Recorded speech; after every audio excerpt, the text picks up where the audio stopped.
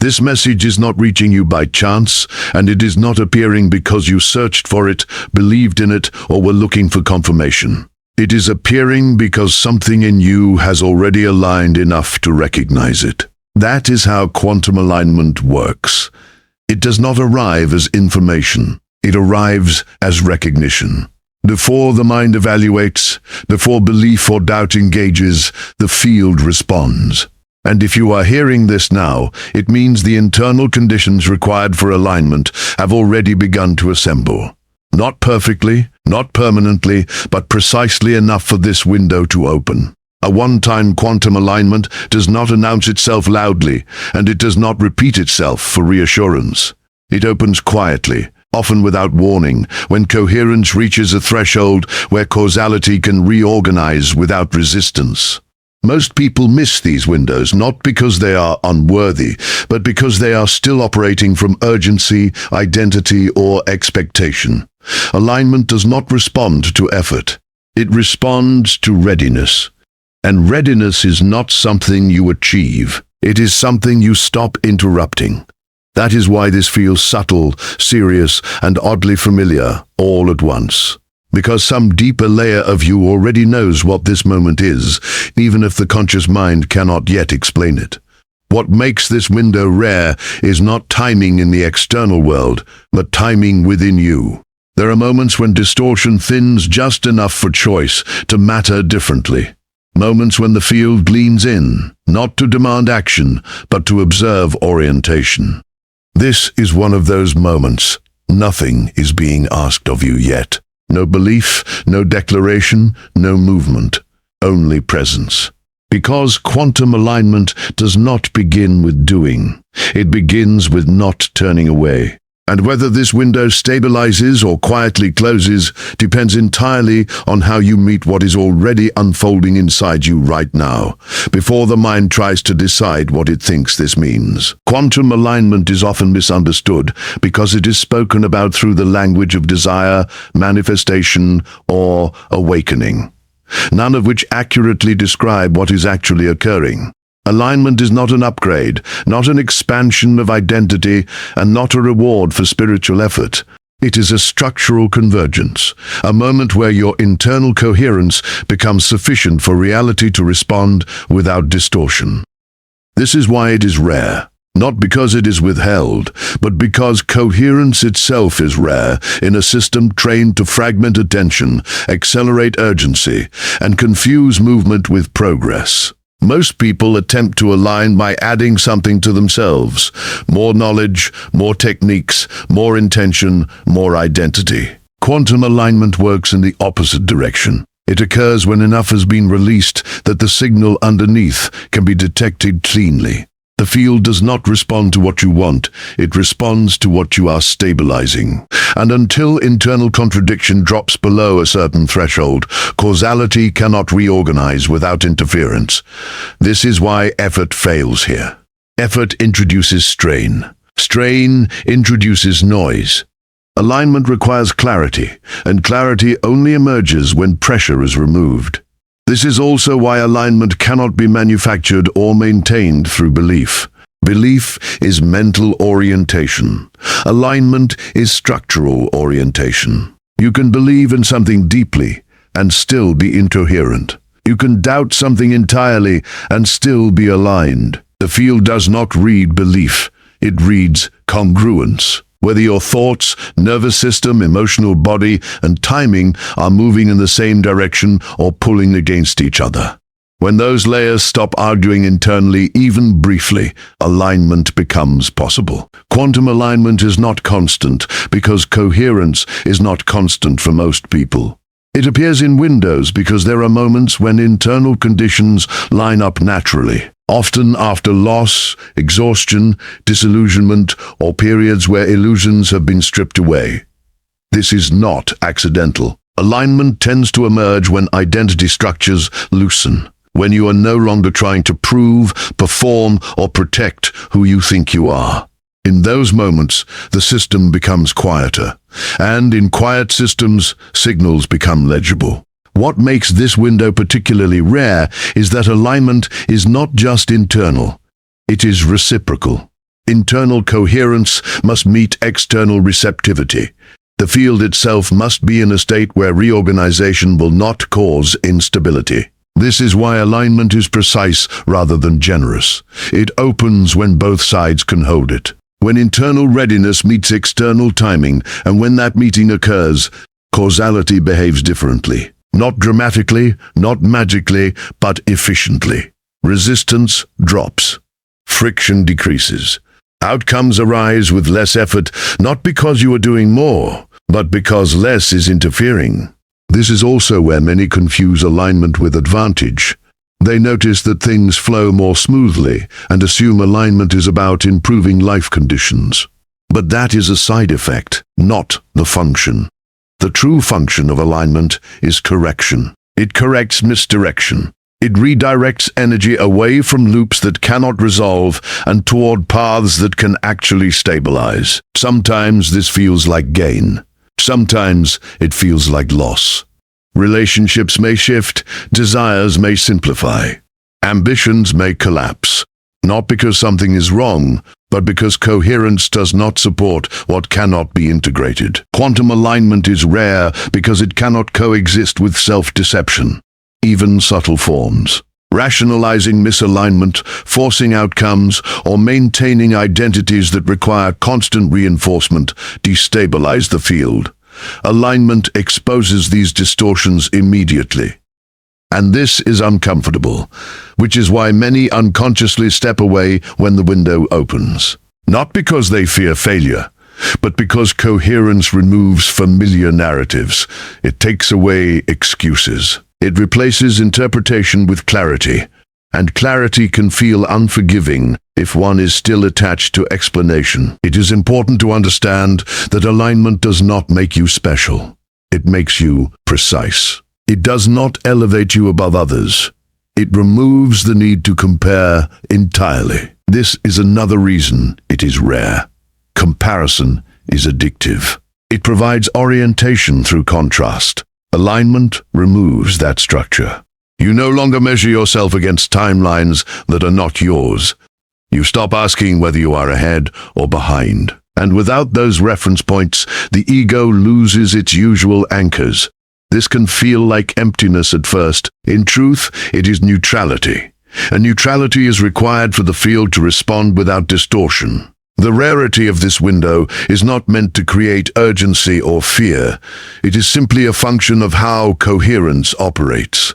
Systems cannot remain in perfect alignment indefinitely without stabilization. Windows open to test whether alignment will be held or overridden, whether clarity will be trusted or replaced with habit. This is not a moral test. It is a structural one, and it is why alignment does not repeat on command. Not because it is punitive, but because repetition belongs to lessons, not thresholds. If this explanation feels grounding rather than exciting, that is intentional. Quantum alignment does not intoxicate. It steadies. It does not promise transformation. It offers correction. And correction is subtle until it is complete. This window is rare because it asks for less, not more. Less noise, less urgency, less interference. And for most, that is the hardest requirement of all. Quantum alignment is not an experience you chase, attract, or activate through willpower. It is a condition that forms when internal coherence becomes strong enough to meet reality without distortion. This is where most interpretations fail, because the mind wants alignment to be something added, something achieved, something that upgrades identity. In truth, alignment happens when interference drops below a critical threshold, not when something new arrives, but when enough internal contradiction dissolves for the signal that was always present to be received cleanly. Most people live in a constant state of internal crosstalk. Desire pulls in one direction, fear pulls in another. Identity negotiates, urgency overrides timing, and the nervous system never fully settles. In that state, reality cannot respond clearly. Causality bends, fragments, and loops. Quantum alignment becomes possible only when these internal layers stop competing, even briefly. When thought, emotion, body, and timing move in the same direction without force, that moment of congruence is what opens the window. And because sustained congruence is rare, the window is rare. This is why alignment is often mistaken for luck or synchronicity. When interference drops, things appear to flow. Decisions land cleanly. Resistance softens. Timing improves. But these are not rewards. They are indicators, signals that distortion has temporarily thinned. Alignment is not doing something right. It is no longer doing what breaks coherence. This distinction matters, because the moment alignment is pursued as an outcome, it destabilizes itself. Wanting alignment is still wanting. And wanting introduces strain. Belief has very little to do with this process. You can believe deeply in alignment and never experience it. You can dismiss it entirely and still enter it. The field does not respond to belief systems. It responds to structural integrity. Whether your internal state can hold clarity without immediately converting it into narrative, urgency, or identity. This is why alignment often arrives when people are tired of seeking, when effort has failed enough times that it finally releases its grip. Not in surrender, but in exhaustion. And in that exhaustion, something quiet becomes possible. Quantum alignment is also not continuous. It appears in windows because coherence is not a permanent state for most. Life introduces friction. Identity reasserts itself. Old loops resurface. The system destabilizes, then recenters. Windows open during moments when coherence naturally peaks. Often after endings, losses, disillusionment, or periods where false motivations collapse. These are not setbacks. They are clearing events. They remove structures that were never stable enough to support alignment in the first place. Another reason alignment is rare is because it cannot coexist with self-deception, even subtle forms. Rationalizing misalignment, forcing outcomes, or maintaining identities that require constant defense introduce distortion immediately. Alignment exposes these fractures without judgment, and exposure is uncomfortable. It removes excuses. It replaces interpretation with clarity. Many people unconsciously step away at this stage, not because alignment is difficult, but because it is precise. Precision leaves no room for narrative buffering. There is also a misconception that alignment is about improving life circumstances. Smoother relationships, better outcomes, clearer direction. While these can occur, they are not the purpose. Alignment is corrective, not rewarding. It redirects energy away from loops that cannot resolve and toward paths that can stabilize. Sometimes that feels like gain. Other times it feels like loss. Desires may simplify. Certain ambitions may dissolve. Relationships may shift or end, not because something is wrong, but because coherence cannot support what is structurally misaligned. Alignment does not make you special. It makes you exact. It removes the need for comparison entirely. You are no longer measuring progress against others, timelines, or imagined destinations. This can feel disorienting, because comparison provides orientation for the ego. When that disappears, there is a brief sense of emptiness.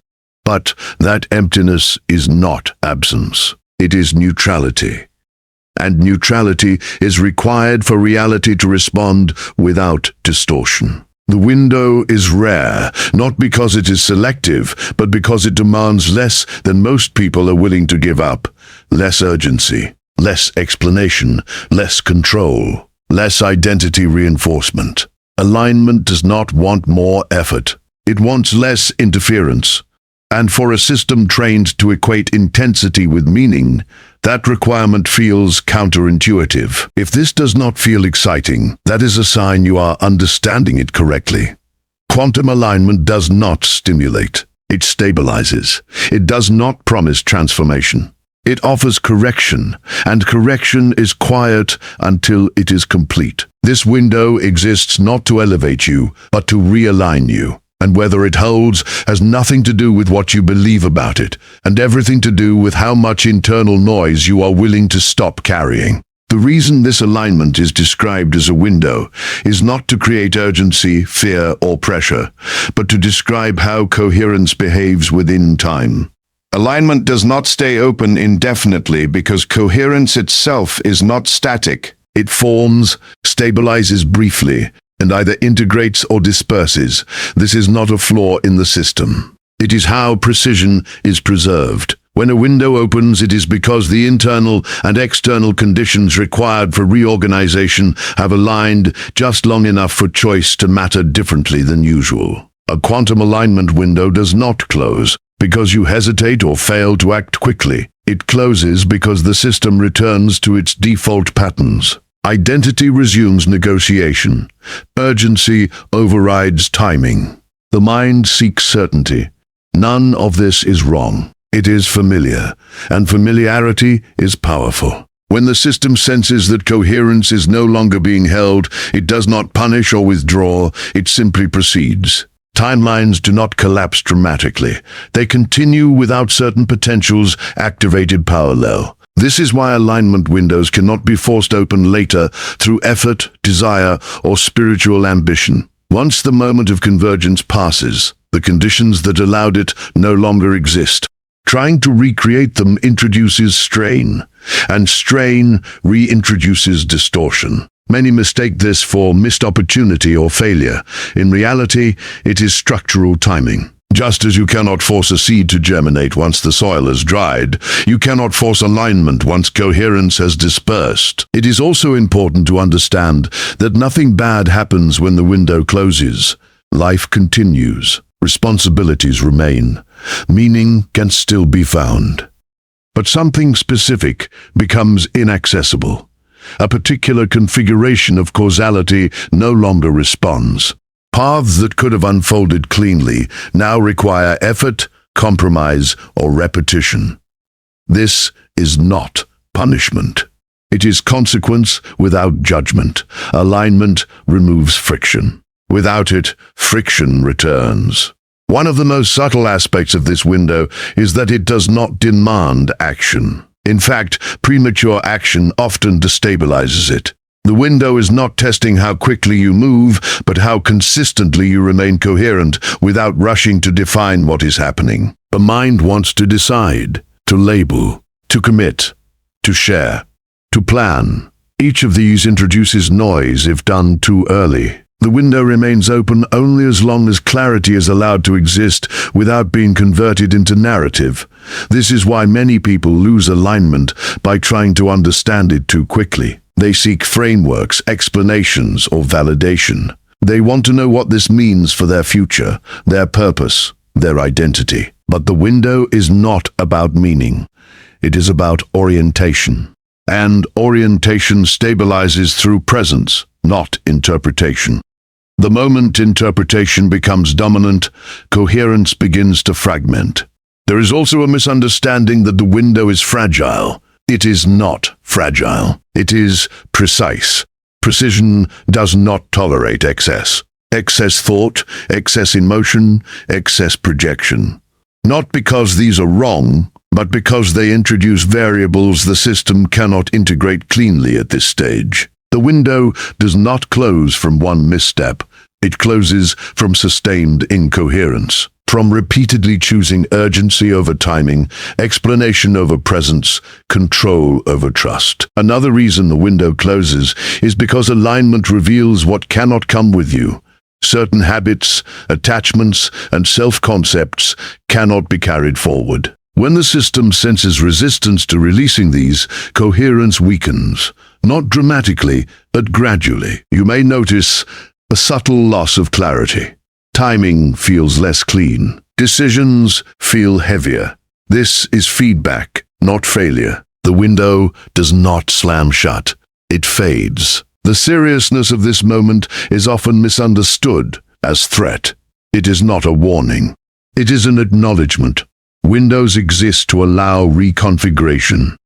They are not meant to stay open indefinitely. If they did, there would be no distinction between alignment and habit. The fact that this window will close is what gives it integrity. It ensures that what stabilizes is genuine, not maintained through effort or fear. If the window closes, it does not mean it will never open again in any form. But it will not open in the same way. The conditions will be different. The configuration will change. The opportunity that existed here will no longer exist in this exact arrangement. That is what makes this moment singular. Not dramatic, not catastrophic, but unrepeatable. The most important thing to understand is that this window does not respond to pressure. It responds to honesty. Honesty about whether you are willing to remain present without forcing the next step. Whether you can tolerate not knowing what comes next without filling the space. Whether you can allow coherence to stabilize without demanding proof or outcome. This is why the window feels quiet, almost anticlimactic. There are no fireworks because fireworks are distraction. Alignment does not impress. It corrects, and correction happens in stillness. If you feel a calm seriousness rather than excitement or fear, that is appropriate.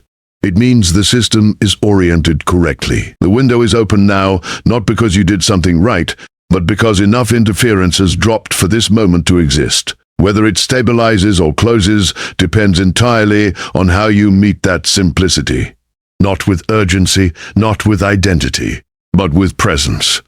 As this alignment window continues, the most important shift begins to happen quietly beneath the surface of your awareness. It is not a rush of insight or a surge of emotion, but a recalibration of how you relate to time, choice, and effort.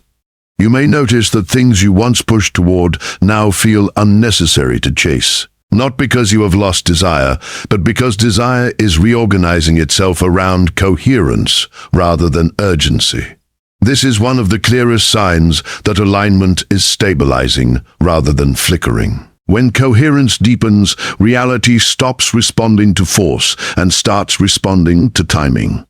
You may find that conversations resolve themselves without explanation, that decisions become obvious without analysis, that certain paths simply dissolve without resistance. This can feel disorienting if your identity was built around striving, improving, or constantly correcting yourself. But this disorientation is not loss. It is release. The system is removing unnecessary effort so that precision can emerge. This is also where many people become tempted to interfere. When life begins to feel lighter, the mind often rushes in to take credit or to secure the state. It wants to hold alignment through control, discipline, or repetition. But alignment cannot be maintained through management. The moment you try to preserve it artificially, it begins to degrade. Not because you did something wrong, but because preservation introduces fear of loss. And fear reintroduces distortion. What is being asked of you in this phase is restraint, not suppression, not passivity, but restraint born of clarity, the ability to let moments complete themselves without interrupting them with reaction, the willingness to allow silence to do the work that explanation once tried to do.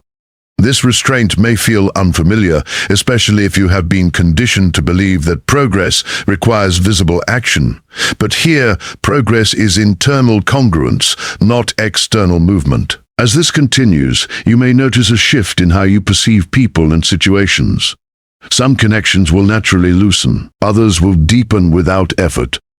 This is not because you are becoming distant or selective in a social sense, but because coherence reorganizes relational geometry. Relationships that depend on distortion, urgency, or emotional negotiation lose gravity. Relationships that can exist without performance stabilize. This sorting is not personal, it is structural. You may also experience a reduction in tolerance for noise. Not just sound, but emotional excess, narrative drama, performative urgency, and forced optimism. This does not make you cold or withdrawn. It makes you precise. Precision is required when alignment is present because incoherent input destabilizes the system more quickly than before. What once felt manageable may now feel draining. This is not weakness. It is sensitivity returning to its proper function. Another subtle change is how intuition operates. It no longer feels like guesswork or impulse. It feels like recall, like something already decided at a deeper level, simply becoming visible to the surface mind. You may act less often, but when you do, the actions land cleanly. Fewer corrections are needed. Less energy is spent repairing outcomes. This is the hallmark of alignment, integrating rather than activating temporarily. At this stage, doubt may still arise, but it changes character. It is no longer existential or destabilizing. It becomes calibrational. The mind, checking the stability of the field rather than resisting it. This is healthy. Alignment does not require blind acceptance. In fact, blind acceptance would indicate fantasy rather than coherence. True alignment can tolerate inquiry without collapsing, because it is not built on belief. You may also notice that time begins to feel different, less adversarial, less scarce. Moments stretch or compress naturally. You stop racing the clock because you are no longer fighting causality. When alignment is present, time becomes responsive rather than restrictive. This does not mean everything slows down. It means everything happens with less friction. Synchronicities increase, not as miracles, but as confirmations that you are moving with the structure rather than against it. This phase can feel almost ordinary, which often confuses people. They expect alignment to feel extraordinary, but extraordinary experiences are often compensatory. True alignment is stabilizing. It removes excess. It simplifies. And simplicity can feel underwhelming to a system accustomed to intensity. This is why many abandon alignment unknowingly, mistaking calm for stagnation. But calm is not absence. It is readiness. What matters most now is consistency. Not consistency of behavior, but consistency of presence. Remaining honest about when something feels clean and when it does not. Allowing pauses to complete themselves. Letting insight settle before acting. Trusting restraint when momentum tries to pull you back into familiar loops. Each time you choose coherence over compulsion, alignment roots deeper. This rooting changes how reality responds to you. The field recognizes stability and begins to collaborate rather than resist. Life feels less like a struggle and more like a sequence of well-timed openings. Not because everything is easy, but because effort is no longer wasted on misalignment. This is not the end of the process. It is the stabilization phase. And what stabilizes here determines what becomes accessible next. As this phase settles, what becomes clear is that the alignment itself was never the destination. It was the correction that allowed something deeper to take hold. By now, the window has either stabilized into coherence or begun to fade into familiarity, and the difference is not dramatic. It is subtle but irreversible. If coherence has rooted, you may notice that you are no longer waiting for something to happen. The sense of anticipation dissolves, replaced by a quiet readiness that does not need reassurance. This is how embodiment begins, not with intensity, but with steadiness. Embodiment is not about becoming someone new. It is about no longer leaking energy into versions of yourself that were built to survive misalignment. You may feel less compelled to explain your choices, your silence, or your timing. Not because you have withdrawn from the world, but because your orientation has shifted inward toward congruence. When congruence stabilizes, external validation loses its leverage. You stop negotiating with reality and start collaborating with it. At this stage, attention becomes your primary currency. Where you place it matters more than what you believe. You may notice that certain thoughts no longer gain traction. Old narratives attempt to reassert themselves, but feel hollow, unable to generate momentum. This is not suppression. It is clarity. The system no longer feeds distortions, it can see clearly. And seeing clearly is the result of alignment, not the cause of it. This is also where responsibility deepens, not as burden but as precision. You become aware that your state influences outcomes beyond your immediate actions, not in a mystical or performative way, but structurally. Coherence stabilizes environments. Incoherence destabilizes them. You are no longer responsible for fixing anything, but you are responsible for what you carry into spaces. This awareness may make you more selective, more measured, more intentional, without becoming rigid. You may also find that your relationship with effort has changed. Effort is no longer something you apply continuously. It becomes situational. Applied only when timing is clean. When effort aligns with structure, it multiplies. When it does not, it drains.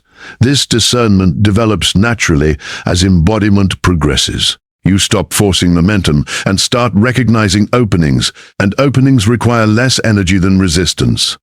One of the final adjustments in this phase is learning to trust the ordinary. Alignment does not announce itself repeatedly. It does not need constant confirmation. Once stabilized, it integrates into daily life. You still experience challenges, uncertainty, and choice, but they no longer feel existential. They feel navigable. The question shifts from, "What does this mean about me?" to, "What is the cleanest response here?" And often, the cleanest response is simplicity.